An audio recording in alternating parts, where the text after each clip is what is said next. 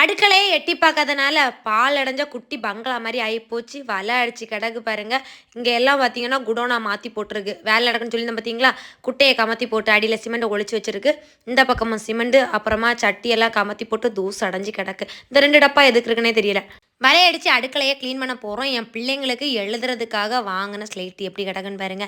இது மட்டும் இல்ல, ஒரு பாத்திரத்தில சிமெண்ட்ட தட்டி வச்சிருக்கு. நான் குழப்பி அடிச்சு பூச போறேன் அப்படின்னு. என் பிள்ளைங்க செய்த வேலை தான். இதெல்லாம் ஒதுக்கி பறக்கி வலை அடிச்சு தூசு தட்டி இதை ஏன் கிளீன் பண்ணிட்டு இருக்கேன் அப்படின்னா, இன்னைக்கு சமையல் இங்க தான் நடக்க போகுது. ஏன்னா கேஸ் தீர்ந்து போச்சு. புக் பண்ணி 2 நாள் ஆகுது. இன்னும் வரல. கரண்ட் அடுப்புலயுமே ரொம்ப சமைக்க முடியாது. அதனால இந்த விறகடுப்புல தான் இன்னைக்கு சமைச்சாகணும். கமெண்ட்ஸ்லயுமே அப்பப்ப கேட்பீங்க, "அக்கா இப்பல்லாம் அடுக்கள வீடியோ போடுறதே இல்ல" அப்படின்னு. நீங்களும் கேட்ட நேரத்துக்கு இன்னைக்கு விறகடுப்புல தான் சமைக்க போறேன்.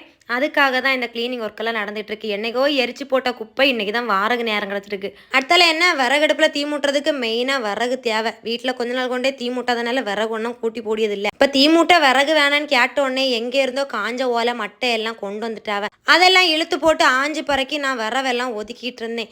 நான் தீ மூட்டுற லட்சணத்துக்கு இந்த விறகுலாம் நமக்கு பத்தாது நண்பர்களே. அதனால ஐயத்த கட்டளை ஒன்று கிடந்துச்சு. அதையும் வெட்டி பறக்கி கேட்ட உடனே வெட்டி கொடுத்துட்டாங்க. நானும் அடுக்கலையில் எல்லாத்தையும் கூட்டி பறக்கி வச்சாச்சு. மசாலா டப்பும் அந்த அடுக்கலையில் இருந்தது இந்த அடுக்கலையும் மாற்றி பறக்கி வச்சுக்கிட்டேன். ஏன்னா தேவைக்கு இங்கே அங்கன்னு ஓட முடியாது பற்றியெல்லாம். கை கெட்டுற தூரத்தில் வச்சோன்னா அப்பப்போ எடுத்து தட்டிக்கலாம். ஆக பல நாள் கழிச்சு இன்னைக்கு சமையல் இந்த அடுக்கலையில் தான் நடக்க போகுது. அதை நீங்கள் பார்க்க போகிறீங்க.